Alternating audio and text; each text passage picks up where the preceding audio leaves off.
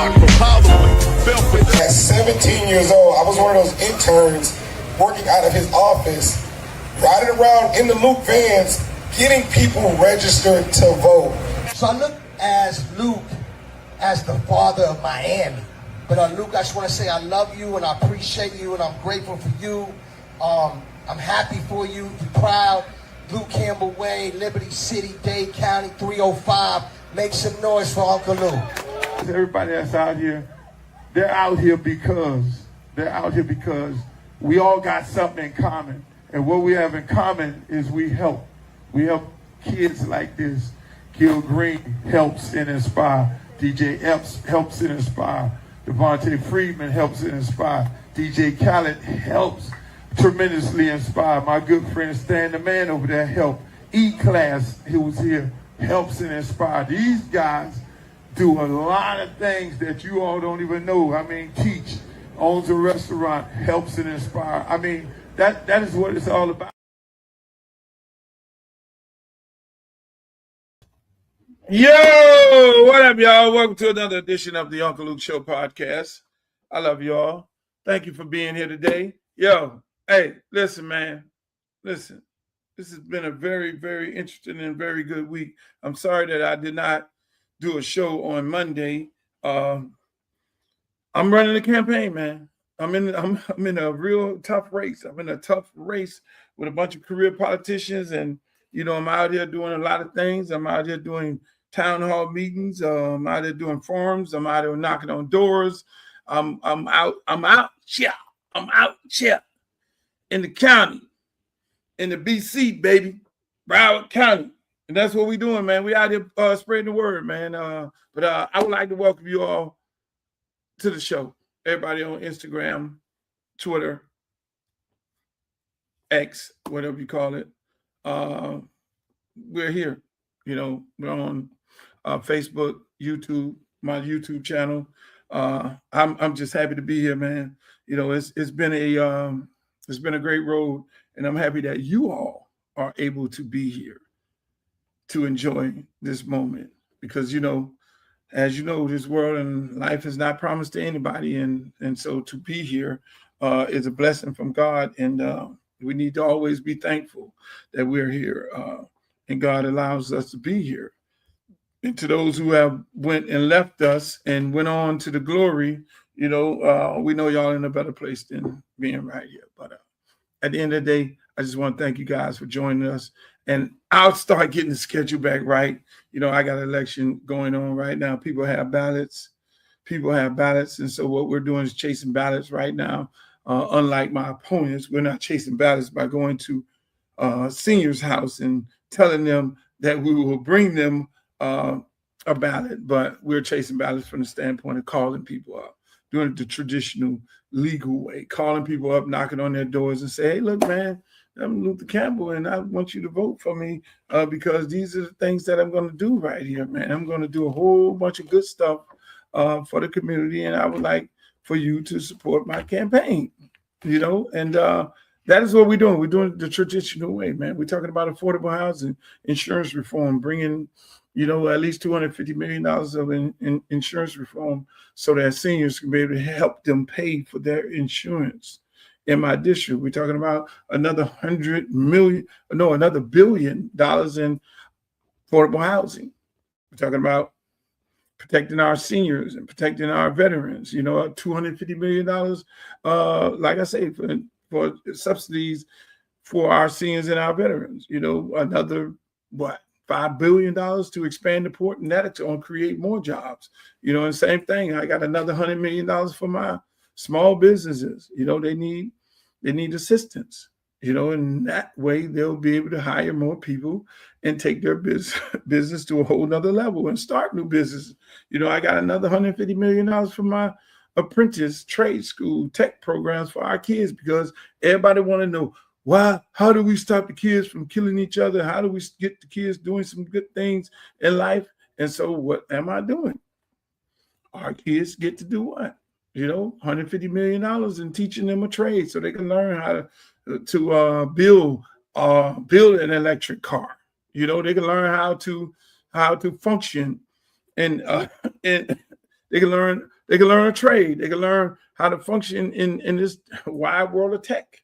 You know, so what better use of the money, and you know, what better use to use that money to do that? You know, and create jobs, create a pathway, because everybody's not going to college. So these are some things I'm doing. I mean, expand healthcare. I think they need to take the cap off of it. You know, and those are the things. That's the reason why I'm trying to run for Congress. You know, I keep telling people I ain't running the Congress, go up there and fight Donald Trump, get on CNN, talk trash about him, be Jasmine Crockett or be somebody else. No, I'm going there to work with anybody and everybody to bring the resources back to my district. My job, or the people of my district are suffering. I go in there every day. I'm talking to people, having conversations with people on a daily basis. Those people are literally suffering. You know, people got a great life, but at the end of the day, you know, I'm sitting there talking to people. You know, these people got stories. I go to a senior home and the seniors are talking about insurance and the increasement of tax. And then on top of the tax, on top of the insurance here in the state of Florida, they got to deal with the same high cost of fuel, and they got to deal with the same high cost of grocery.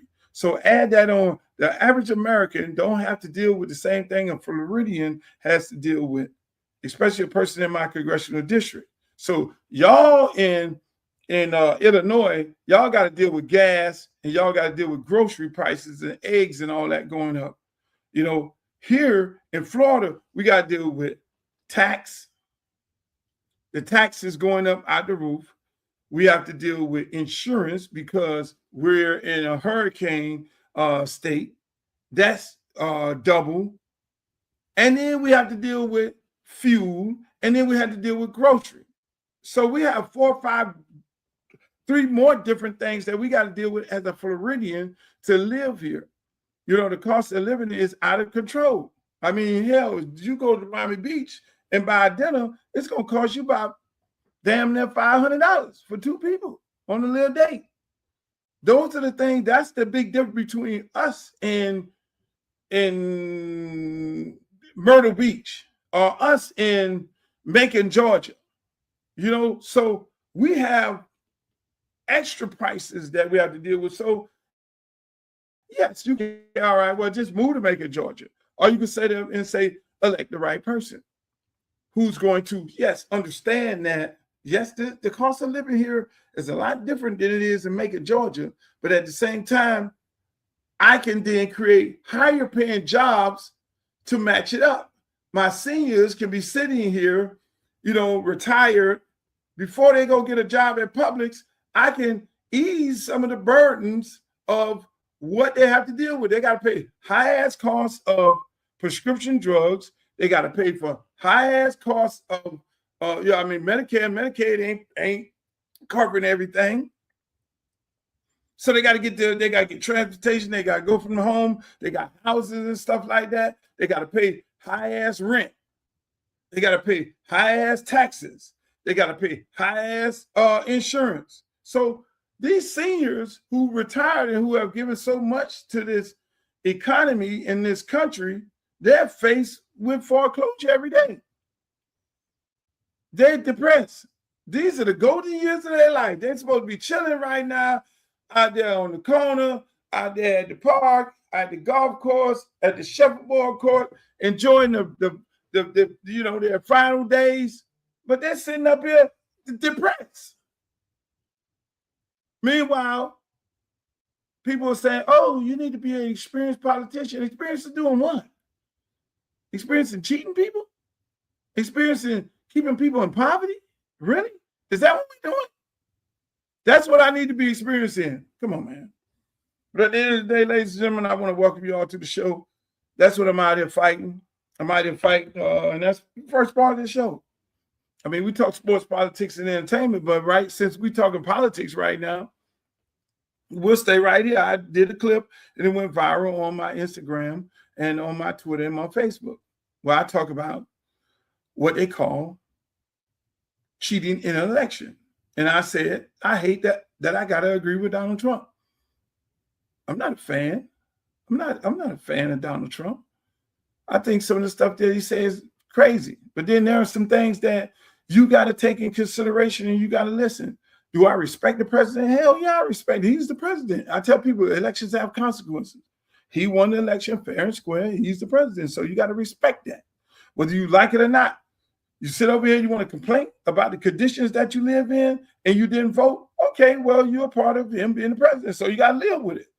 Same thing. If people decide that they want to vote for somebody else in this race and don't vote for me, and then they go to complain about the things that they're not getting, the things that I'm telling you that you're not going to get, and the things that I'm telling you how your quality and the way of life is going to be desperately affected, and you decide that you done came up with some mysterious reason. You done talk your way out of not voting for Luke, even though you know Luke is the right one. And the same thing happened in the presidential election, but the man has a point. These elections are rigged. He has a point. They call it ballot harvesting. So here's the definition of ballot harvesting. You know, I did a tweet and I talked about ballot harvesting. And one of these candidates got a guy with some dreadlocks that is on the Ring camera going to the door and every other senior door and saying, hey, senior, because let me back up a little bit. Let me help y'all understand how it works. We have an app, right? All candidates, we have an app. And the app, I'm going to pull it up right here for you. It's called Minivan. See this app? It's called Minivan. I can look on this app, right, that's connected to my campaign, and I can hit an address, Lauderhill. I can pull up that person's information in Lauderhill. I can pull up how many people in the House vote. I can pull up the detailed information, the telephone number and all that. I'm not going to show you this person information right here. I got the house, I got the age, I got the telephone number and everything. And also I have whether or not they have received a mail-in ballot. So I can actually look on this app that you all don't know about because y'all ain't in the political business. I can look on this app and see exactly who has a ballot from the election department, and I can look on this app, and the app will tell me who, because we get updates every day, who has voted and who hasn't voted. So I can go knock right on your door because you haven't voted and be like, hey, look, Bob, you got this ballot over there, Bob. You need me to take it in? I'll take it in for you and drop it off in the mail for you because I know you're facing the high cost of living. I know you ain't got that money to buy gas, senior. We're talking about a senior who's sitting up in there. They got to make a decision whether they're going to pay for the prescription drugs or some food or pay the insurance because the house is already paid off, but then the insurance is almost like a mortgage. They got to put some gas in the car. So it seems like a great idea. It seems like a breath of fresh air that this guy is knocking on the door and he's going to take my ballot to the mail-in box. That is what they're telling these people. When you get the ballot, the package is halfway fucking open. You put the stamp back on, the ends are open. I should go get my ballot in there right now that I have. It's still open, half of it open. So it's so easy to take the thing open, take the little sticky off, go in there, erase what they already got, and then do what? Go in there and put in who you want to put in. But if they put in with an ink pen, then what do? That ballot never reaches the election department. That goes in the garbage. So the ballot harvester is a guy who, with big money campaigns, they can afford to pay those people to knock on those doors. They take the app, ride around the car. Oh, go to this house, go to this house, go to, hello, hi, I'm such and such from the lady campaign that's running for Congress, and I'm here to support you. I can take your ballot and drop it in the box for you. Those seniors believe that. They believe that them people are really going to take the ballot and put it in the box. So a large part of what Donald Trump is saying about the elections are rigged, they are. And normally it's with the people who has a bunch of money. You know, back in the days, a lot of people went to jail for what? A lot of people went to jail for dead people voting. Yes, dead people voting. Look it up. These elections are dirty, they're rigged, and the people who got the most money can pay for that. People like me who are not taking, no, I'm only taking $5. If you choose to send a campaign donation for the campaign, please do it right now. Go to www.luthercampbellforcongress.com. We will be more than happy because we need all the money that we can get. People like me who are not buying the election, who are not taking special interest group, the developers' money, those people like me, no, I don't got the money to be buying no ballot harvesters. These people want to win by all means necessary because they have a lot of people they got to pay back. When those developers come in and just like you say, and nobody talked about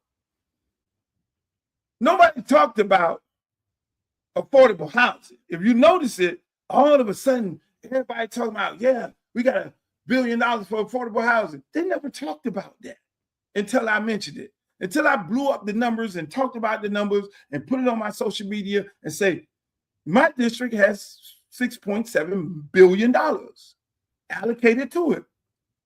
And though that money I've identified, and I'm going to bring it back to my district. So they already know this. Well, the smart ones. So they now got to talk about affordable housing. That's when you get the Alonzo Mourning and all of them to come in there because they allegedly play in the affordable housing game with the major developers. Hello? So all of a sudden they have an interest. They want to endorse Debbie. You see what I'm saying? When you take that money, you got to pay people back. We're talking about $1 billion. Every developer in America, especially in South Florida, is trying to put their money on a candidate who's going to allow them to get a hold of that $1 billion in that district, who's going to be given the property for free. They don't give them government property, hey, $1 for 99 years. Your deal is you're gonna build on it, and you're gonna build it affordable housing, workforce housing for the community and for the people in there. Tell the people in there, hey, look, we're gonna move you over here. We're gonna build these houses. You're gonna be able to move back. That ain't happening. By the time it's time for them to finish building, then you move back. Then they're gonna ask you for everything. Oh, we need 5 months of 5 years of tax returns. We also need 4 years of your W-2 or your W-9. You need to be employed by employer for at least 5 or 6 years in order to qualify to get back into a community that you supported. And all of a sudden, you ride down the street, now you are discouraged and all upset, and you got to go back to the place where they already displaced you and put you at. That's the game that they play. Because Julio Raimundo daughter sitting up in there doing the paperwork. Okay, well, I can't help you. This is what they're asking for. And you sitting there like you all frustrated. You got your kids. You sitting there ready to go back, move back in. That's the game they play. That's the game they play. Alonzo Mourning, he gets to put a school in there. He gets to be the spook in the picture. Yeah. We're here building affordable housing for the community. Yeah. But next thing you know, when you ride by that building, me and Ron May rode down Pompano. Ron May was in shock. This is the heart of Pompano. I see white people coming out their car with groceries and going into the building. This neighborhood, no, they would never. They stole a bag of bullshit. That's what happens. That's why Harlem got gentrified. That's why East Lake got gentrified. That's why Miami got gentrified. Liberty City, Overtown, you name it, all of them. Sistrunk. That's the game they play. So what happens? They never tell you about the dollars allocated to the district. So then what they do is they sell you a bag of chips that we're going to build the community up and we're going to build affordable housing. We're going to move you over here temporarily and you're going to be able to come back, but you never get to come back. And then they go get some prominent figure, yeah, some blackface, yeah, and he's up there cheesing. Meanwhile, they're paying him up under the table, the developer. And then sometimes they go farther to getting a black person to bid for the job, knowing damn well he's going to bid for the job, but he's going to bid for the job, but he can't pay the bond. So you can win the bid. And so now they then say, promote, oh, Bobby Washington, our friend who goes to our church, he won the bid to build these affordable houses. And Bobby is this. And Bobby walking around there and gave Bobby a new car. Bobby got a new jazz-ass suit on and all that. But Bobby can't pay the bid, the bond, because it takes a bond. But see, that most people don't know. And see, me, I'm a person who always gonna find the money. That's why I was able to find $26 million for Gibson Park when Alonzo Mourning didn't want to let the kids go into his building. I'll tell y'all about that story. I'm gonna come back to that story. And that's why I was able to find $16 million, and then by the time we got to rebuilding Hadley Park, when Keyshawn got in, we got to $16 million when Teal was in, and went through commissioner after commissioner after commissioner, and then we got to Keyshawn Hardeman. By the time I told Keyshawn, hey Keyshawn, they got $16 million to build our gym and all this and all that. Keyshawn said, hey man, ain't no $16 million in that pot, man. It's about more like $4 million. What? $4 million? So Keyshawn Hardeman had to go find another product of my program. He had to go find another $2.5 million to get the shit built. We started off at $16 million. This is how these people steal. This is how they steal, but nobody knew that this money was available for these projects in these areas. It just take a little work, and that's what I do. So I took a little work. I'm running in Congressional District 20. How can I help the people? I ain't running in no race just to be running in the race. I'm running in the race to genuinely help people out. So what do? I do my due diligence to go find my work. I can run for Senate. I can run for governor. I can run for whatever the hell I want to run for. But where can I run and I can really help a community of people? Where can I run? Congresswoman Wilson was still in her seat. She had not said she was going to leave. Ain't told nobody but the people who were in that race over there. So I live in Broward. Where can I run to really help people out? Let me go look to find the money first, because I ain't running to just be sitting up there bullshitting some people. No, I'm running to be able to bring some money back. I understand. Let me go do my due diligence. I'm going to talk to the people in the community. Y'all happy with y'all congresswoman? No. Y'all happy with any of these congresswomen and men around y'all? No. You see Haitians getting ready to be deported. You see all these things. You see the community. No, we ain't happy. They get the vote, they don't even come back. They get the vote, they come and they talk to us, they get our vote, and we don't even see them no more. Our community getting gentrified. Look at Sistrunk. They telling us Sistrunk is getting ready to be connected to Las Olas. Look what they just did to us in Pompano. And in Tamarack, we got a water plant problem. We got all these issues up here in Tamarack. We got these issues in Pompano. We got these issues North Lauderdale. We got a big ass landfill that's been sitting there for 60 years. Nobody knows what the fuck to do with it. Come on, man. And then I go, all right, I'm here, y'all. We got seniors who upset. They're losing their houses. All right. God says this is where you need to go at. This direction you need to go. So now I got to go find if I can really fix the problem. What can I do to help these people? Because I ain't going to go make no false promises if it's not available. So I go look at what Joe Biden put in place that was already bidded on. I look at the budget. I look at the money allocated for the district. I say, hold on 1 second. This is a beautiful district. They got restaurants, they got bars, they got clubs, they got people who are living in their homes, tax-paying people. They have businesses. They just need somebody to come in and bring those resources. They got the port over here. The port ain't been expanded. Hell, they connected to the ocean, expand the damn port. We could create more jobs, bring more ships in, more cargo. It could be on the level of Miami. Why is Miami Port doubling the amount of people that they service than Port Everglades? We're right here. Port Everglades is in a better position because Port Everglades is technically damn near connected to the airport. If you ever flown out the airport, it's all connected in one. Port of Miami is on one end, the airport is on a whole nother end. You see what I'm saying? So this is a better situation here.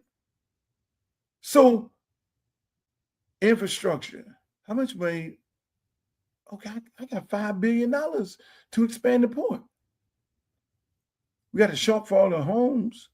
We got to build affordable housing. We're 140,000 homes short. In Florida, oh shit, I got another $1 billion. I found $1 billion for affordable housing. Okay, I got another $100 million for small businesses.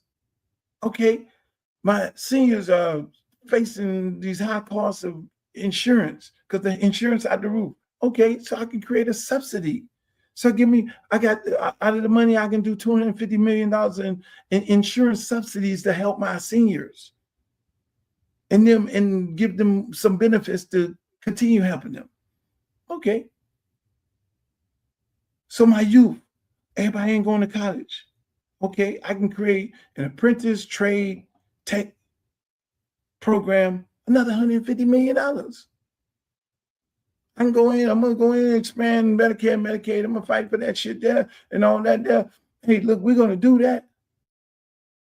But I can thousands of good, high-paying jobs and give my seniors a sense of comfortability to live and to finish the rest of their golden years comfortable. I've given my youth an opportunity to get a high-paying job. And then on top of it, I then come in with my experience of what?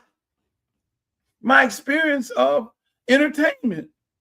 I know my film company, Luke Films, we have to go to Atlanta and shoot, and every other city to shoot whoever entertainment tax credit. So I got this big-ass landfill out there where I can get the Army Corps of Engineers to drag it and clean it up like they cleaned up toxic waste in Jersey and created a tax credit. And now you see Sony and all these other movie studios that have put movie studios and have brought so much economics and so much money to Jersey right now. After cleaning up the toxic waste area, I could do the same shit in my district. I got 128 acres sitting there that has not been used for damn near 60 years. So I can get the Army Corps engineers to clean it up and put movie studios there by giving another $250 million toward that. But on top of it, creating a tax credit of at least 50 to 60% federal tax credit. That's what brings the studios into the state, into the district. But I put a caveat on it. I'm going to create this tax credit. Only way you get this tax credit, big studios, to shoot in our area. How you get these tax credits? One way. You have to do what?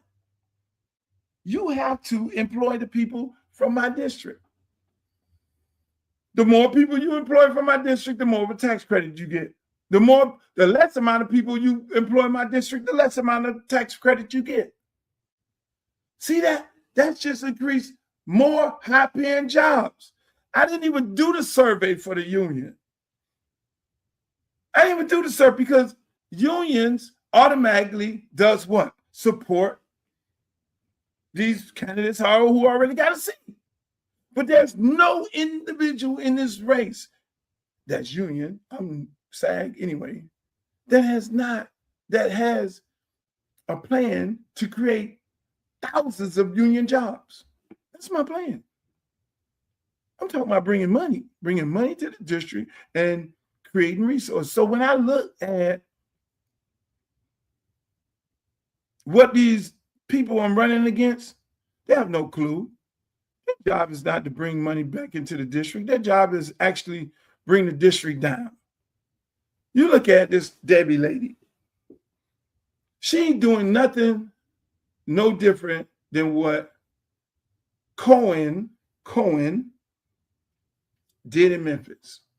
LeBron James and everybody talk about Memphis. Oh, we don't want to play in Memphis. We don't want to go to Memphis. Matter of fact, I'm going to Memphis next weekend.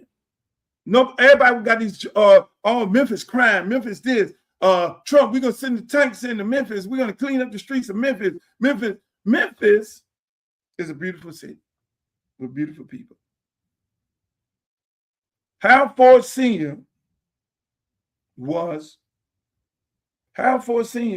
a congressman. Let me give y'all a little history lesson.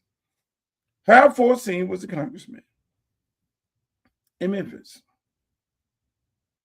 Okay. He held the seat for 32 years. Then Harold Ford Jr. became the congressman. His son. He held the seat in 2006. Okay. Then what happened? Here comes old Cohen, the white guy. What did Cohen do? Cohen ran in a race. Tell me if you haven't heard of this before. Cohen ran in a race. Oh, Steve Cohen. Steve Cohen, Jewish guy. Ran in a race to be the congressman of Memphis against a crowded field of African Americans. Ain't that similar? Debbie Wasserman Schultz running in a race in a crowded field of African Americans, the one white Jewish lady.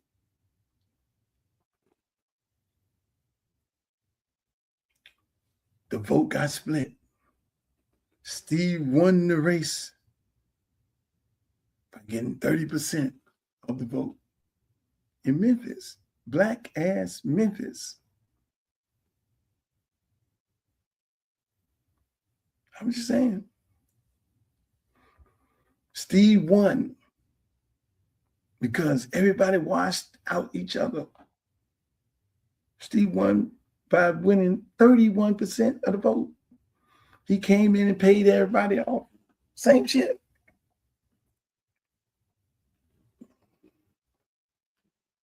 Here's the numbers. When Harold Ford Jr., after the daddy, the murder number in 2006 was 160 people. Before that, when Dad was there, it was much lower than that. The homicide rate when Mr. Cohen took office rose to 351 homicides. So they went from 160 homicides to 351 homicides in Memphis under Steve Cohen.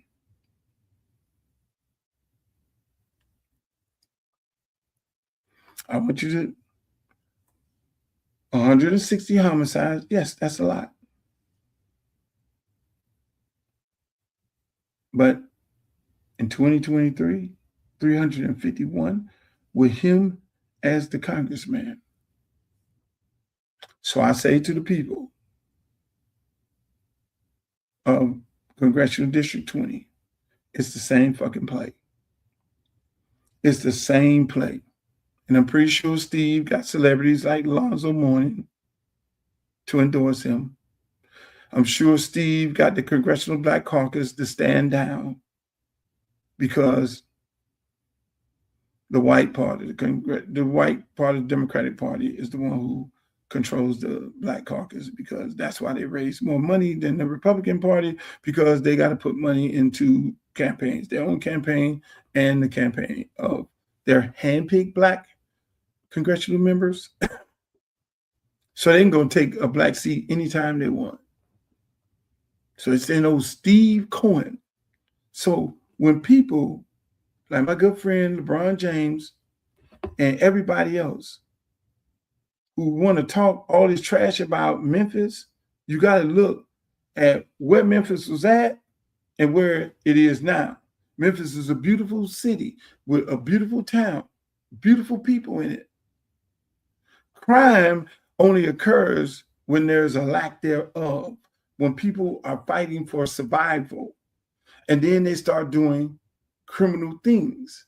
If you take a person right now, they're trying to find a way to eat, trying to find a way to feed their family. They're in a state of depression because they have no choice but to then do what? Result in crime. If I take a criminal right now and give a criminal millions of dollars, he ain't finna do no crime because he got millions of dollars in his pocket, and all his other friends and family members is dependent on him because he's bringing in millions of dollars. He's bringing in hundreds of thousands of dollars. He has a great job. He ain't thinking about that because he's thinking about going to work tomorrow. You see how that works? You see how that stops crime? But if I suck the life out of the community and don't bring resources back into the community for people to get good, high-paying jobs, then people do what? People do what? They got to eat. They're hungry. They're starving. They got to find a way. They do criminal shit. So how do you cure that problem? But why do you cure that problem? Because you love the people. Because you're one of the people. They ain't trying to cure that problem. They ain't trying to cure that problem. Part of gentrification is to buy low and sell high. Part of gentrification is allow a community to be crime-ridden. That's all in the plan, right?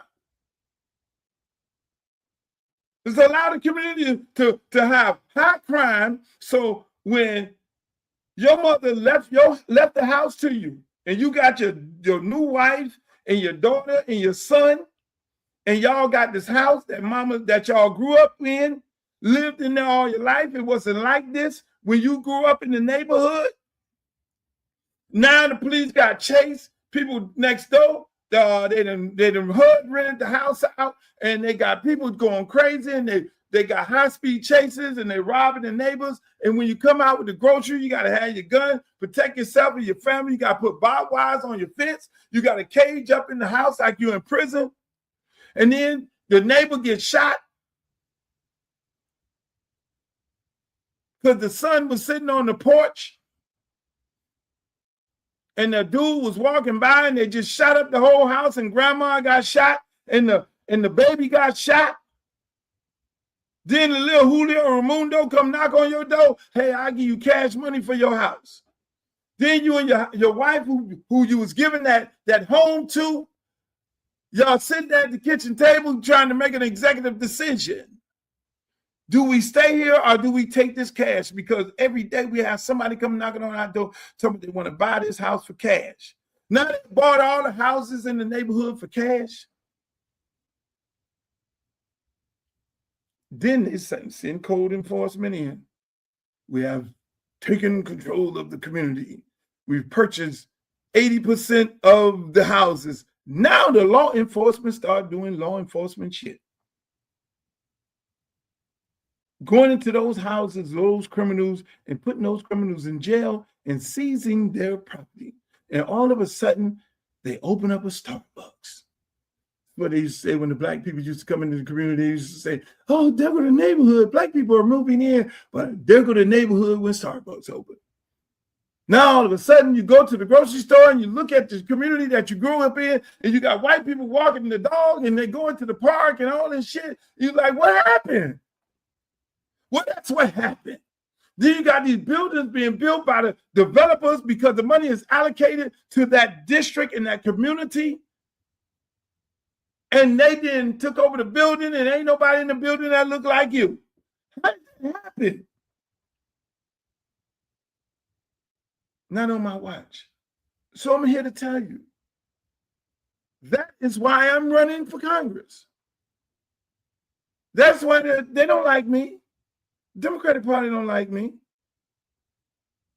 They ain't got to like me. The Black Caucus don't like me because I've called them out. And they have said one thing to this lady, Debbie Wasserman Schultz, and they said nothing to Cohen. I tell the people of Memphis, be strong, hold on to your community, because that's what it's designed to do. It's easy to clean up a community. Do you know Miami had some of the most notorious gangs? Go look at the movie. Go look at Cocaine Cowboy documentary by Billy Corbin. Shouts out to Billy Corbin. Go look at Scarface. Miami was out of control. You know who cleaned up Miami? It took a joint operation between the feds and county and city law enforcement. It took a joint operation to clean up the community, and they cleaned it up. Normally, they would give you state time and you get off. They start bringing the feds in. The feds, it's the way you do that. So Cohen ain't trying to do that. All Cohen got to do, all Cohen has to do. Cohen has a guy that lives in Memphis right now. I'm chief of police for he started the department, the school board police department. His name is Gerald Dollings. He was part of the task force. He was a chief here in Miami who cleaned up the streets when Miami had some of the most notorious gangs in the world. He actually went to Atlanta and trained the Atlanta Police Department on cleaning up their issues. And then he went to Memphis and started the Memphis School Board Police Department because he started the School Board Police Department here in Miami. And he lives in Memphis right now. Has all the information, but they don't want it to be cleaned up. They want it to be crime. They want crime.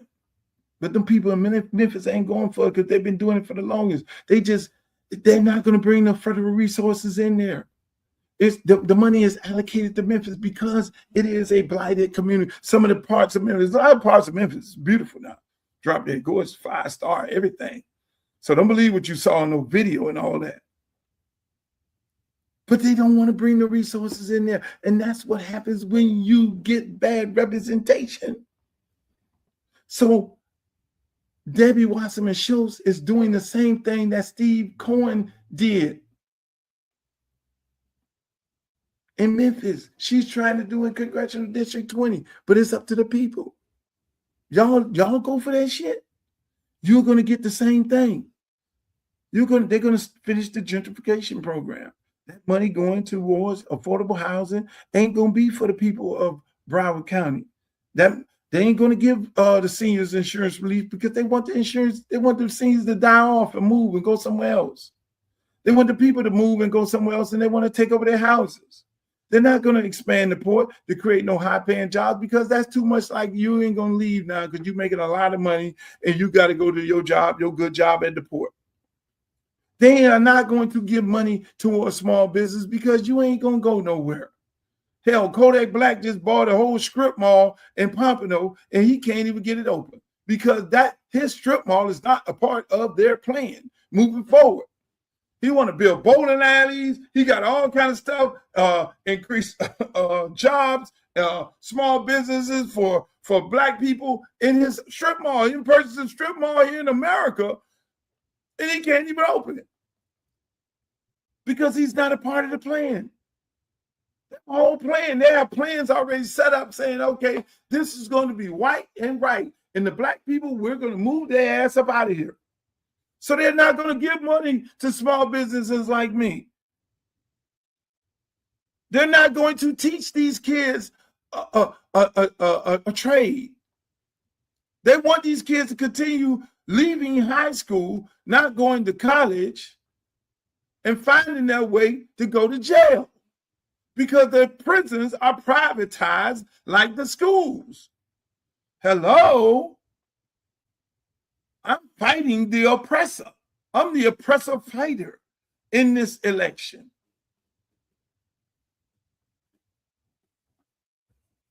Can't tell them no more than that. I'm going to knock on some more doors, do some more ads, send some more flyers out. I'm going to do my part. I'm going to do my part, people. I'm going to do my part. They're going to continue doing their part. If I tell you they're trying to steal the election, they're trying to steal the election. If I tell you it's rigged, it's rigged. But still, even with all that said, I'm putting you up on game. Somebody come knock on your door talking about they want your ballot. No. Don't let nobody fill out grandma's ballot. Call if you put your mama in a senior citizen home, ask your mama what she did with her ballot. You go get the ballot for mama. Because this is real. This is real. This is a life and death situation for a lot of people. People get all upset. Trump, you ain't vote Trump because Trump been saying for the longest the elections are rigged. The elections are rigged. He know they're rigged. I'm not joining the Trump bandwagon. I'm just keeping it a buck. That's what's going on in my race. That's what's been going on. That is how people win elections. People who got a lot of money and they win elections like that. Let me just talk about this Trump thing. Let me break this Trump thing down for y'all. So here's the deal. The Democratic Party is full of elitists. They handpick their congressmen and senators. The white part of the Democratic Party raised a bunch of money. They then put the money on the candidates that they want to be a part of their little cult. That money comes from the white side of the Democratic Party. Now, I'm not making this a racial issue. It just is what it is. It's not racist. It's how they control the party. They say they want more people to vote. They don't want more people to vote. They have the number of super voters, like I told y'all. They know the numbers of super voters. They know the numbers of who's going to vote in a presidential election, who's going to vote in a primary. They have those numbers. They do the data. They know who got a voter's registration card. And I tell people right now, if you got a voter's registration card, you need to use that in this election. They're not counting on you. They're counting on the super voters to determine who wins this race and any other race. They're counting on the race being separated based on the numbers of people who normally vote in a primary. So Debbie is looking to get her 31%, no different than Steve Cohen looked to get his 31% in a black community called Memphis, to then hijack the community and let it get crime ridden and then obviously sell it all to the developers. But you can make the change. We can do something that they didn't do in Memphis. Vote for the right person. Don't get caught up with, oh, I got to vote for Dale. Oh, I got to vote for this one. I got to vote for that one. No, vote for the right person who's going to do the work. That's me, who found the money already. You got to do that. Because other than that, they're going to hijack the entire thing. So what's the correlation with Luke? You say Trump, Republicans. You've been bashing the Democratic Party because of the Black Caucus not standing down on Debbie. And the hell, they even supported a young guy. They all talk about experience, but they supported my good friend's son, Kendrick Meek, in Congressional District 24. Now, he never held a seat. Where's his experience? You had 24 members of the Congressional Black Caucus that did what? Endorsed him. And by endorsing them, they put money into his campaign to run against a senator and a former mayor and a former councilman and mayor and councilman. Don't that make sense? They even endorse. Man, I ain't even say. So they are who they are. I learned a lot about who they are. But let's get back on this Trump thing. Trump understands that the Democratic Party picks and chooses its elitists to go to Washington. He understands that the white part of the Democratic Party controls the black part, and they put the money into the black candidates' campaign. And they get those people elected because they end up having more money than the best candidate in a black race, right? So they know that. So that's why they have to raise more money within their party, because they got to take care of two different people. They know that. So what does Mega do and Trump do? He goes and do what? Partner up with former players like Lawrence Taylor, Mike Tyson, all these different people, 50 Cent, and all these people, you name it, Kim Kardashian, Nicki Minaj, and all these different people like that. These are not elitist people. The elitists, the bougie, the suave black people, oh my God, I would never hang out with a Mike Tyson. He's not one of us. So Trump saying, I can get 10 to 20% of African-American vote by hanging out with the real niggas, the real black people. And then I can get up there and say, hey, man, y'all black people ain't got nothing else to do. But shit, they ain't gonna do nothing for y'all. Y'all might well come on. And then the ones, the Kodak Blacks, the Little Waynes. Think about it. This man got a real plan. These people, the Democratic Party would never even touch. Hell, Obama didn't even touch Jeezy. Jeezy, man, he was a black president. We need a black president. The man didn't even acknowledge Jeezy because Jeezy was too street for him. The Democratic Party don't want nobody too street. They want elitists. That's why Kamala Harris lost. Could not connect to the streets.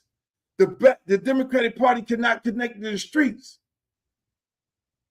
The white part of the Democratic Party who controls the black part of the Democratic Party, they understand that.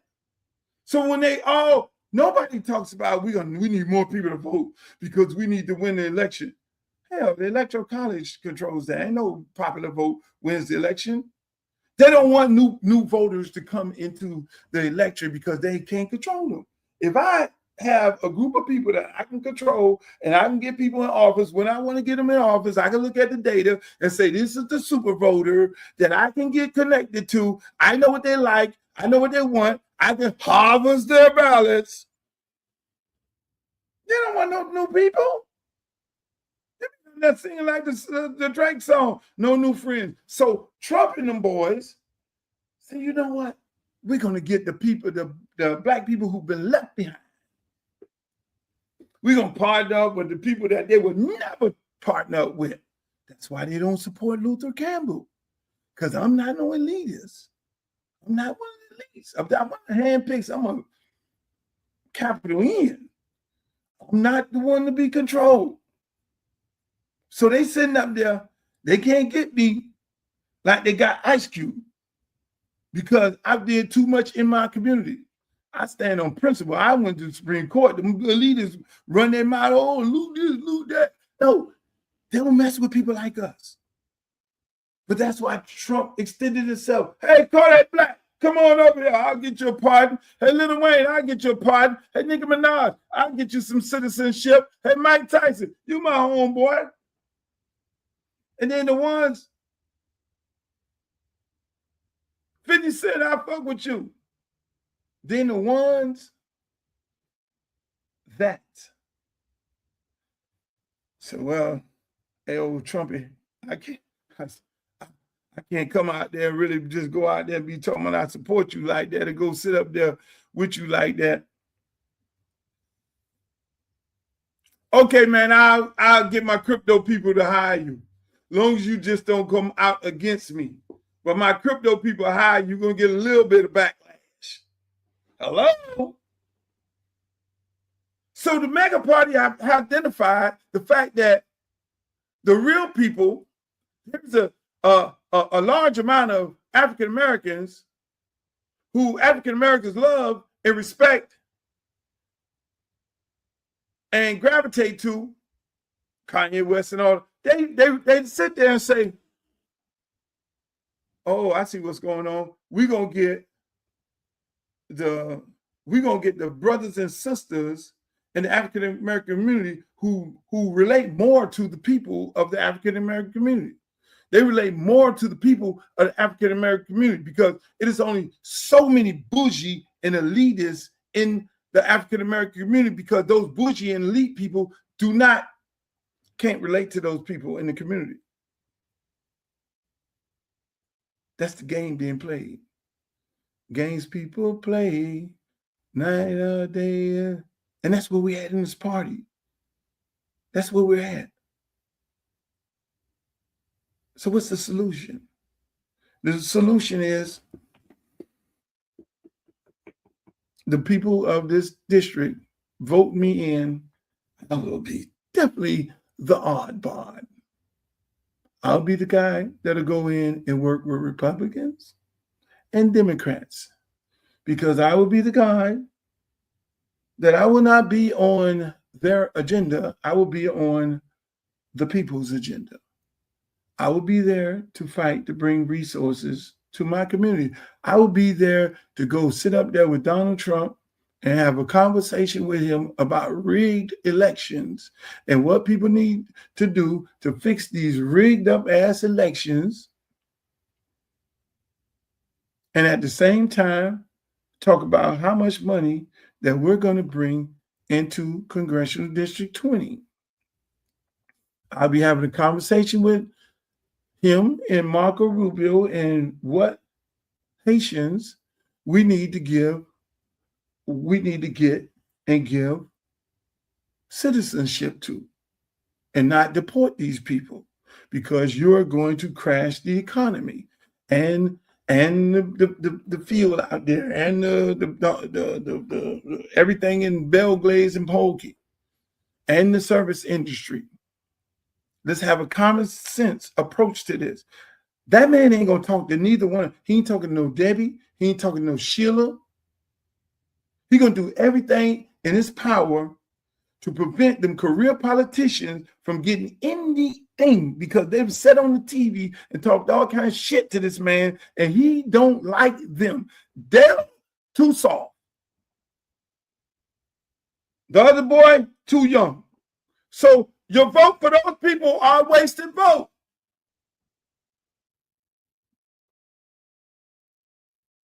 That's what we doing. That's what we at. I'm the difference. Once again, ladies and gentlemen, I'm the one who put my body on the line for the people.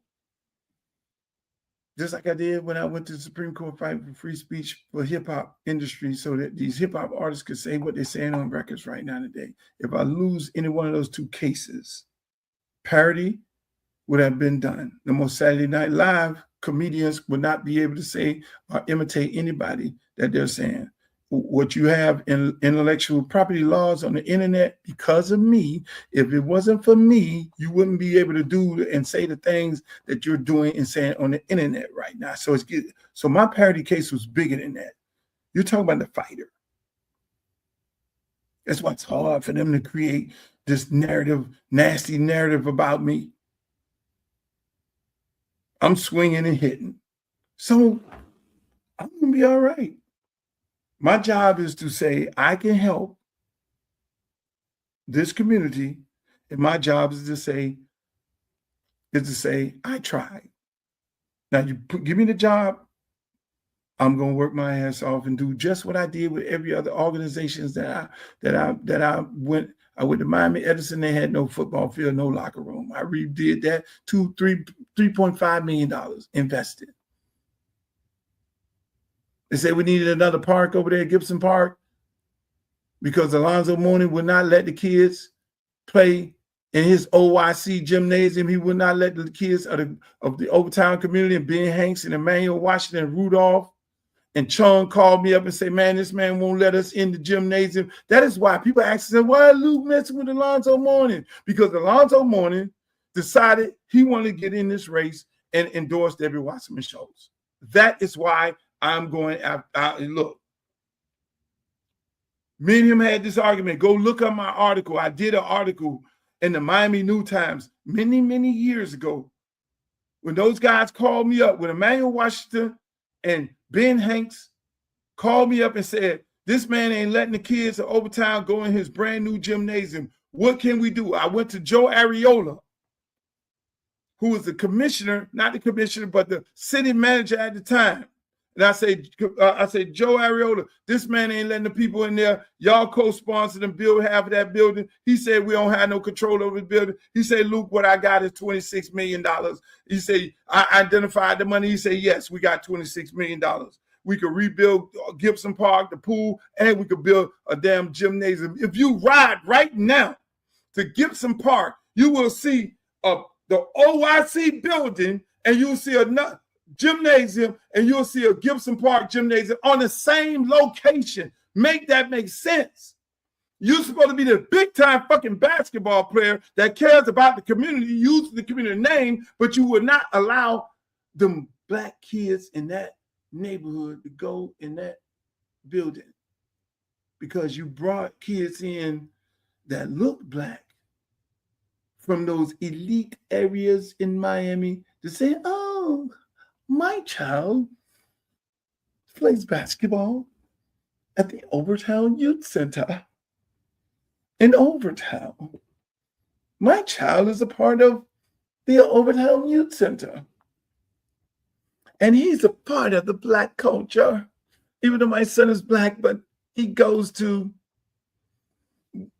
one of these, I ain't gonna call one of these elitist schools that most blacks can't get in because their parents don't have enough money, but they go to Overtown and play at the Alonzo Mourning Overtown Optimist Youth Center, OYC Youth Center. So we feel a part of the community, all of it. We're not racist, and we're not so bougie that we're not sending our kids over there. Meanwhile, we ain't let the kids from the hood up in here mix up with the kids. The bougie kids, oh no, oh no, y'all can't come in here. So what happens? Ben Hanks them tell me, oh hell no. So we had to build another gymnasium. So grandma, auntie, y'all want to ask me why am I fucking with Alonzo Mourning? Alonzo Mourning inserted himself into my congressional race. I'm a part of the culture. I'm a part of the person. If anybody that Alonzo Mourning should be endorsing is me. You want to insert yourself, bruh, into this race? You want to be a coon? And yes, I call him a coon. You want to be a coon and be a part of what Steve Cohen did in Memphis? And what Debbie Wasserman Schultz is trying to do here is in Memphis, there had not been for 30 years, an African-American controlled that seat, over 30 years, until he came in there and look at what the fuck he did. For 30 years, there have been African-American that fought to keep this seat. in a predominantly black neighborhood, and you are co-signing the white woman to erase an African-American seat? You're here trying to deprive African-Americans from representation. So that is people who want to ask the question, why is Luke fucking with Alonzo Mourning? That is why. Because he's inserted himself into this race as a coon to help this lady erase black representation. So hopefully y'all hear this. You hear it if you want to hear it. And that's where I'm at. Those kind of people, those elite brothers in sports and entertainment who sell them souls, y'all seen it more than y'all ever seen it before. Y'all seen it more than y'all ever seen it before. But what you can do something about it. You can see these Negroes coming, and you can put them in a bag. You over here with them, and we over here. But you continue falling for the trap that they keep setting, then they're going to continue playing the game the same way. This lady playing the same game that Steve Cohen played in Memphis on a bunch of black candidates running for a seat, and half of the time they put these candidates in the seat to dilute the race. Half the time they give the candidates the money. They have people literally putting money into those candidates' pockets to stay in the race so they can separate the vote. Some of these people ain't got no business in this race. If I looked in the room and saw somebody that I know was capable of doing the job, I would have got out of this race. I would have never even got in this damn race. I'd have mind my business and continue running all my damn businesses and continue dealing with all the things. But I saw the community desperately needs leadership because the candidates that are in the race are not the right people to save this community. So if people decide they don't want to vote for me, and I've learned a lot, I'm going to be all right. I ain't selling my soul. I'm going to be all right. My business is going to be okay. My companies are going to be okay. I'll be on tour. I'll be making more movies and documentaries. I have 5 of them right now. Get ready to go into production. I'm ready to lose money doing this. You know, we'll be all right. I'll be straight. But are you going to be straight? That's the question. Are you straight? Where do we go from here as far as African Americans? The real brothers are going to find it because Mega ain't going to stop with Donald Trump. They're going to still continue trying to recruit the 50 Cents, the Kodak Blacks, the Nicki Minaj, the Lawrence Tellers, the Bo Jacksons, the Kardashians. They're going to still recruit the people that the elitists of the Democratic Party don't want to mess with. And eventually, they're going to start doing things in those people communities with them. And the elite blacks are going to be sitting here believing in this Democratic Party dream. They're not going to change their ways because they right now have opportunity to change their ways. I am giving them the opportunity to change their ways. I've spoken to people over there and have sat on the phone for 4 and 5 hours with these people to tell these people, look, man, my resume is what it is. I went out there on the road with Kamala Harris. I even expected Kamala Harris to jump into this damn thing. Luther supported me. He went door to door for me. He went and campaigned and stood up there on the fence for me when I was running for president, and I can't do nothing but help him out. Kamala Harris ain't did shit. I expected Jasmine Crockett, her jazzy ass, to hop in this race and start talking all kind of shit about these people in the race. I expected Jasmine Crockett to get in the race and say, Sheila, you need to sit down, and Debbie, you Debbie, you dead ass wrong. We ain't heard that. We heard these manufactured cute ass comments. We ain't heard that. You ain't had nothing from Hakeem Jeffrey. You ain't heard nothing from the Congressional Democratic Party leader, because they are the protectors of the elites. They're willing to give up an African-American seat. We will only have one Black congressional member in the state of Florida representing Black people. That is sickening. You talk about the 1965 Civil Rights Act. It was designed for us to get Black representation. And both sides are eliminating it. You see what I'm talking about? So where do we go? Those people are recruiting. MEGA is consistently recruiting the average African American, the ones who Black people can really relate to, because that elite shit, them bougie people, they look down on us. I'm not one of them. They look down on us. That's where we at as an African American community right now. It's the bougie ones versus the real people. I represent the silent majority. I represent the hood. I'm purple. I don't care nothing about no party. I don't care nothing about no party. I'm running as a Democrat. I'm gonna tell you this right now. If Ron DeSantis did not change, and I didn't have time to challenge it because I'd have filed a lawsuit. If he did not change this year, well, you had to run.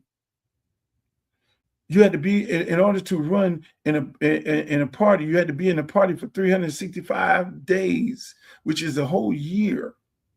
If he did not change that rule, I'd have quickly got out of the Democratic Party and ran as an independent. I did that in a heartbeat. I looked at that before I hit the qualifying button. And they said you couldn't do it because I know the direction of the Democratic Party. I'm the one who said before Debbie even made her announcement of what she was going to do, because I know how this party operates. And then to see that these Congressional Black Caucus members ain't said nothing, but they want to be hypocrites and talk about the Republicans and how they took away Black representation in Memphis. Not in Memphis, but yeah, in Memphis. And Louisiana and Alabama and Tennessee, but they got so much to say about those people in Tennessee, Alabama, and Louisiana. Call them everything but the child of God. Rightfully so, because they deserve it, but they ain't call themselves that. When they did that with Gerald Ford's seat in Memphis, they ain't said nothing about that when they're trying to do that right now. But the people of Broward County, y'all can do something different. I'm just saying. So I gave y'all a whole lot. I gave y'all some things to think about. All my good friends, my old friends, they be sitting there saying, Luke, man, you need to chill, man. Them people gonna come out to you, man. They gonna come get you, man. Hey, man, the old granddads and all that, they be like, man, you that motherfucker keep it 100. I keep it 1,000. I keep it $1. I will go sit right now and have a conversation with Donald Trump if we talk about bringing some money to Congressional District 20. Trust me, right now. My job is to serve the people. I will go have a conversation with Marco Rubio right now because I got people who scared to leave their house, and I know Marco. I know Marco very well. I'm the only person in this race to go have a conversation with him about TPS. Hey, look, Marco. Hey. I know y'all get ready to start deporting people. Man, we need to have a real serious conversation. Hey, Marco, Trump, come on, man. Let's talk about this, man. Nobody in this race could do that. These people going to be living in fear. You vote for these people, any one of these people. Take your vote. I ain't going to vote for Luke. Take your vote and go vote for one of them if you want to, and let either one of them. Debbie ain't going to get nothing done. They ain't going to hear nothing. They're going to deport everybody. Sheila ain't going to get nothing done. They're going to deport everybody. She talking about people ain't got deported. while she was a congresswoman held to the law. My friend's husband got deported, and she worked on my campaign, volunteer. She been my friend before her husband got deported 2 weeks ago. Elijah damn sure, I like Elijah, nice guy. He damn sure ain't finna have no conversation with him. Dale soft ass, he ain't going up there. He ain't going nowhere near the people. They gonna do him like they did with COVID. I remember he was the mayor when Ron DeSantis was with the COVID. He was sitting there, Ron DeSantis talking. He ain't said nothing yet. I'm like, well, come on, black man, say something. This man here talking about taking all the stuff and doing this bad stuff to the black community. Man, you need to say something. Man, Dale ain't said shit yet. That's my memory of him. Standing there in COVID and letting Ron DeSantis take all the good stuff over there. They got all the good drugs and everything and taking over there to the island. And these people flying in, they getting shot before the people getting shot. Fuck out of here. I'm just saying, ladies and gentlemen, that's my show. So, do I like going after African American men when they get into a fight and they support people who are not supporting us? Yes, I'm gonna hit them. I'm gonna hit them hard. Am I going to win this race? Yes, we are. We're gonna win this race because you're gonna go out there and vote, and you're gonna go call your people who live in my congressional district, which is Broward County. You're going to say, go vote for Uncle Luke because you're voting for the future of all of us. You're going to say that. You're going to say, hey, look, man, I'm going to send some money to this brother campaign right now. Speaking of sending money, man, I did a list. Let me tell you before I get off it, I did a list. I said, I don't want to buy a seat. I want to do like other people, buy the seat. Take my own money, buy a seat. To me, that's back hustling. And to me, that creates a mindset of now I got to figure out a way to get my money back. I got to figure out a way to steal money to get my money. If I put $1 million of my own money into the campaign, then now I got to figure out how I'm going to get the $1 million back. Mind you, the job only pays $170,000 a year. Yeah, a lot of people go in as bartenders and leave out $50 million in the bank because there are a lot of them doing insider trading. So I want to go in and do kosher things and just do the right thing for the people and bring the money back to the people. So I don't want to buy an election with the intentions of going in to making money to get my money back. I don't want to take no special interest group money because if I take special interest group money from the developers, and I know most African Americans don't understand how important it is to put into a campaign. And so that makes us really vulnerable to these white Democrats that they can come and buy our candidates. So they need the money to buy all the big posters. You see all the one with all the posters he's bought. You see the ones with the posters, the signs, and the advertisement and shit all over the TV he's bought. Yeah, people put money in a special interest group. So now he has to pay those people back who putting that money in. They ain't giving them the money because they love him and they like him. No, there's a business. It's a business decision. It's a business investment into that person with the expectations of getting a return. And that's how it works. So I take no money from nobody. I live off my name recognition. I'm in this race off of what I've done in my community and what I know I've done and what I can do. And so I live off of every coach who I've coached against in Broward County, Dade County, to get on the phone and tell their parents, you need to vote for Uncle Luke. I live off the reputation that I have of building and creating ventures and building partnerships with Adidas and $50 million to the District of Miami-Dade County. I live off my reputation of building parks. I live off my reputation of pouring and building kids up and saving kids and coaching and mentoring them and seeing them off to college and to the NFL and all those days on the riding in vans and all that and pouring into these young people. And I live off of that. I live off the reputation of creating hip hop in the South,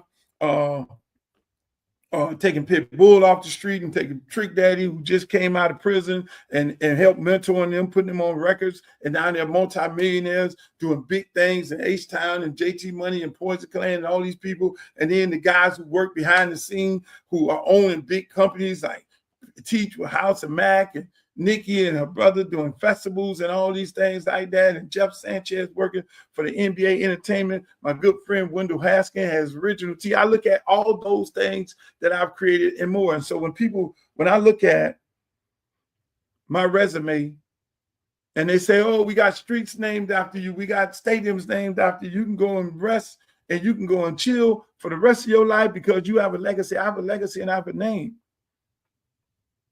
I built that.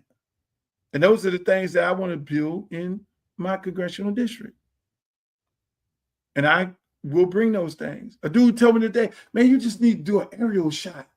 Streeter from football bill, you don't do an aerial shot of all the shit you built. Edison, $3.5 million in there. Go over to Gibson, go over to Hadley, go through all the shit that you built in the community and just show the people and say, Pompano, this is what I'm going to do here for you.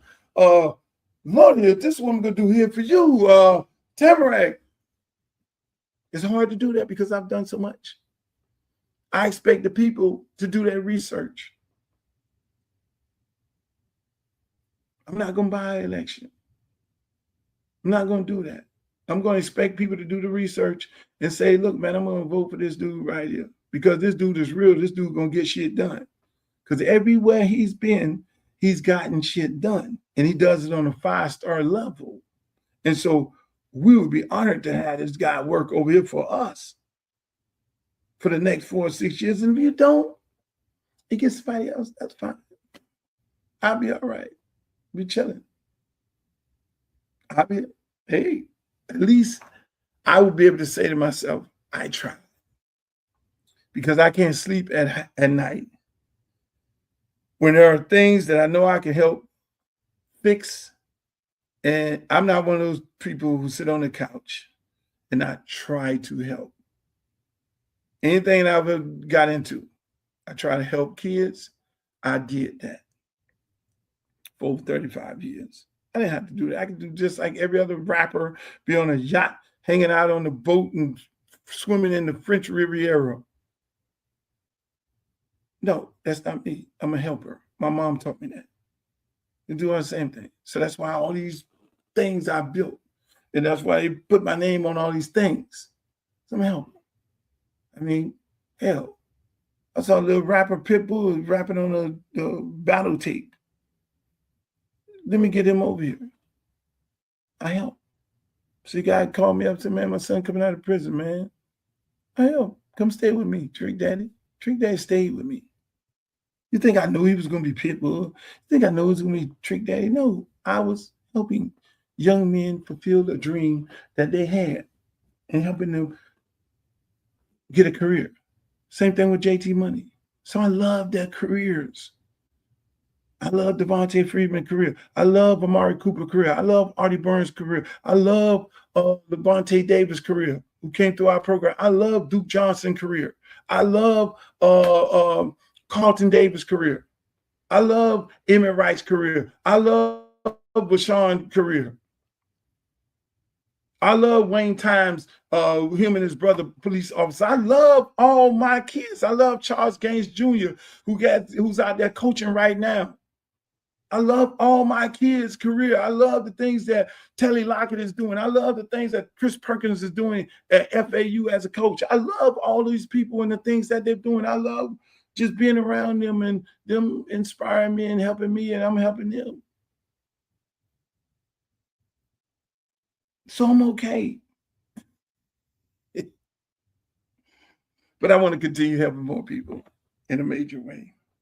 I'm just sad that I won't be able to help get some kids in college, coaching ball. But I'm going to get a lot of kids in college. I'm going to help a lot of families. That's my show, ladies and gentlemen. I want to thank you all for being here.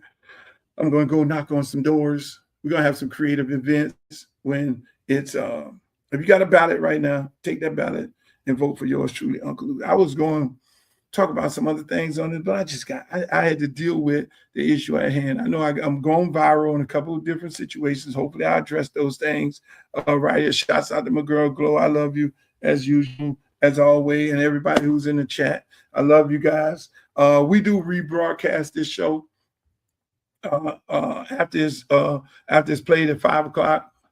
We rebroadcast it. So just so you know, the rebroadcasts are 10:30 at night and 1:30 in the morning. And it rebroadcasts again at like 6:30 in the morning, and then 12 noon the next day. So we try and do that because we know people work and we know people can't look at the show. But remember, you can always go to the archives in my YouTube channel, Uncle Luke TV. You can always go to Facebook, my Facebook fan page, and like, share, and subscribe the show. Go to X. Make sure you sign up on X and go to my TikTok page. It's 305 Uncle Luke, and then go over there to my Instagram, which is Uncle Luke Real One, same as it is on X, Uncle Luke Real One. I want to thank you guys for joining us today. I will be back Friday, God willing, to be back on here to do another show. I'm having fun. If y'all see me in the streets, man, holler at me. I like to talk to y'all, man. My office is on Sistrunk and 9th. So just stop by, holler at us. If you want to volunteer, if you want to make a campaign donation, go to my website, www.luthercampbellforcongress.com. Remember, this show is sponsored by the one and only Luke Records, where you can go to Luke Records, download all your music, get your paraphernalia, get your Luke gear. Hey, look, you can also get this gear right here on the campaign website. But once again, I love you guys. I know I closed the show out like 3 times already. In the words of Walter Cronkite, the great Walter Cronkite, may the good news be. Should I end it right here? No, I ain't gonna end it. Can I get an encore? I'm not gonna end it because I wanted to say one more thing. I started saying it, but then I went off into something else. And this is going to be the last point. I got in this campaign. I looked at all the different things. And I got in this campaign. And I looked through my Rolodex because they say that's the most important thing to do is look through your Rolodex. After you say, what don't you want people to know about you because they'll find out about you in a campaign. And I did that. And then I looked at my Rolodex and I looked down the list of people that are in my Rolodex, my friends, people who I've helped out tremendously over the years. A lot of them I helped become multimillionaires, whether they were in the entertainment business, the sports business, lawyers, or whatever it may be. And I looked at these people, right? And I put a dollar figure by their name, with the understanding as to how much I think they possibly could donate. So telling me how much money the possibility of me fundraising. You know, it's hard as hell. I hate calling somebody asking for money. Knowing that it's not calling somebody asking for money for me. It's me calling them, asking them money for the campaign. Because in campaigns, the money don't go to me. The money goes toward paying the bills of the campaign, the kids who work, the seniors who work, the posters, the billboards, the paraphernalia, all this stuff right here, all that stuff, the advertisement, the signs and everything. Everybody's like, yo, we need a sign over here. The yard signs, all that stuff, the t-shirts and everything, all that stuff has to be purchased, right? And employees have to get paid. You know, people doing field work, people who are doing the data, getting all the information, they got to get paid. And so the money goes toward that to win a race. So ultimately the money, you win the race and you're able to serve the people. And that's what we don't fail to understand as African Americans. And that's why it's so important to put money into your candidate's campaign, because if you don't, they will. And if they do, they will gentrify and they will take away from the community. And so that's why we've lost our communities so many ways. So again, going back to me, I looked into my Rolodex and I looked to see how many friends and how much my friends can donate. I looked and say, I knew, hey, look, you doing good. You flying around in jets and private planes, and you doing good. You flying around in jets and private planes, and you doing good. And you got hit records, and you making $100 million in the NFL, and have made it in the league, and you doing good, and you doing good, and you doing good. You big time lawyer at a big time law firm. I've helped you. You're a big time broker at a brokerage firm. You, all these people, I looked at a list of all these people in my Rolodex. And I came up with a bunch of these people. And I said, man, I can raise probably $1 million on the low end with all my friends and my Rolodex and my phone. You find out a lot when you run an election. You find out the people who you least expect to support you is the ones who support you.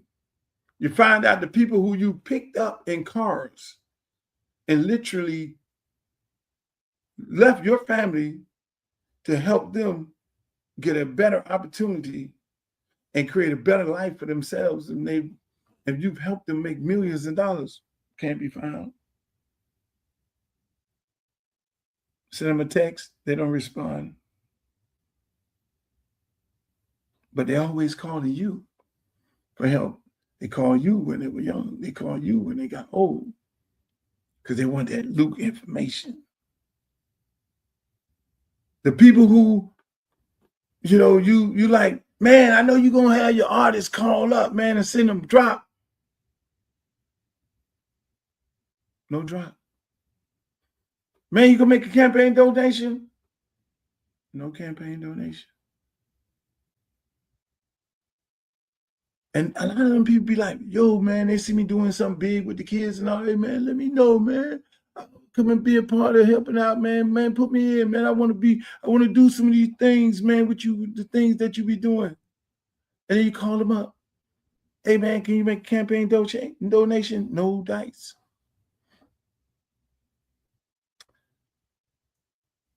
All right.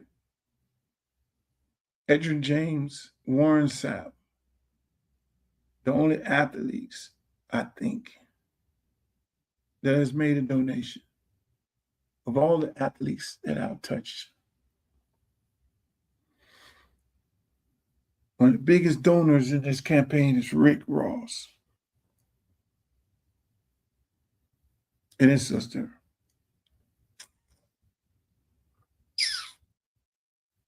When it comes to entertainment, all the entertainers' lives that I've touched, all the people in the industry, if I don't go to the Supreme Court and win, if I don't get this case overturned, or nasty as they want to be, all these entertainers will not be able to say what they're saying on the record.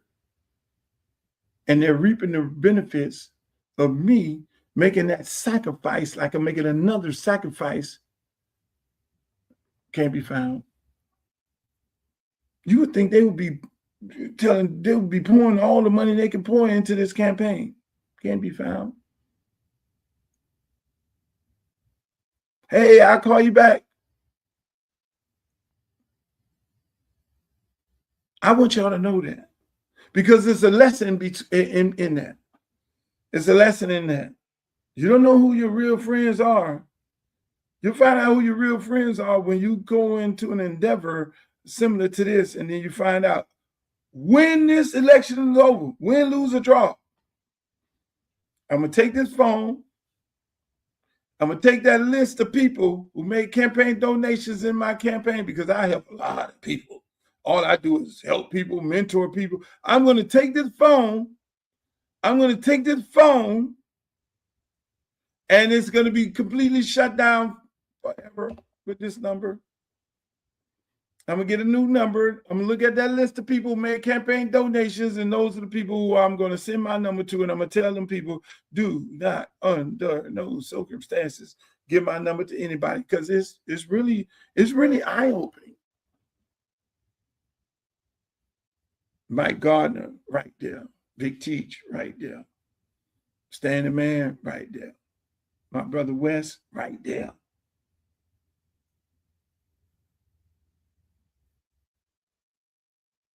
You see what I'm saying? I want y'all to know that. I want y'all to know that. I literally looked at my list of people that I've supported, that I know be ready to jump on them. You talking about them and some family members too. Hey, that shit crazy. But that's the nature of the beast. I want to share that with you all because I know a lot of people will be inspired to run in a race. Don't depend on the friend. The support will come from the likely people whose lives you touch. The people who you did not do as much work into their lives, who really appreciate the things that you've done to help them along the way be able to do the things that they're doing. Those are the ones who will support you. But the ones who you really picked up and put in a car and you showed them the way and nowhere to be found. And don't be surprised because Luther Campbell is telling you right now. So we're going to win this by the grace of God. We ain't buying it. We're going to get our $5 campaign contributions. We do understand, hey, look, it's like, we ain't, I called you one time. I ain't finna keep calling you. I know them, they fundraiser people I had, they hate me. So they're like, you got to keep calling these people. I'm not begging nobody for nothing. That's the worst part of camp. That's the hardest thing, me calling somebody. Look, I'm having a concert at the American Airlines Arena. Everybody and their mama calling up for a ticket. But all of a sudden, I'm running for Congress, and all of a sudden, you MIA. You see how that work? Donate $5. You see me getting ready to shoot this movie? All right, everybody want to call. I had a comedian lady tell me she don't do politics. But yet still the people who are your fans, the people who are your fans, who come to your concerts, I'm going to pour into them so they can afford to come in your concert. Because you damn sure ain't got no white people at your concert. That's what I don't understand. The people in the entertainment business. One, the guy stood on the wall for you so you can be able to make the money. You should be sending a boatload of money because you know what he's going to do to help out other people because he helped your ass out to be able to make the money you make it. The other part of it is I'm in a business where this dude here, I want to go perform in Fort Lauderdale. Shit, I need the people to be able to afford a ticket. Hey, and y'all wonder why our communities get gentrified and these people control our communities, but I'm the last of the Mohegan. I'm the only one. Ladies and gentlemen, that's my show. I love you all. I'm not going to call these people name out, but they know who they are. All my friends know who they are. They know who they are. And y'all get on the thing and tell them. Because the names I did call out, those are real good dudes. Them real good dudes. Adrian James ain't hesitate. Oh, what you need? Where we at? Chris Perkins ain't hesitated. What's up? Hey, man, send me the link. Rick Ross, send me the link. DJ Khaled, okay, shit, where you need me at, huh? What we doing?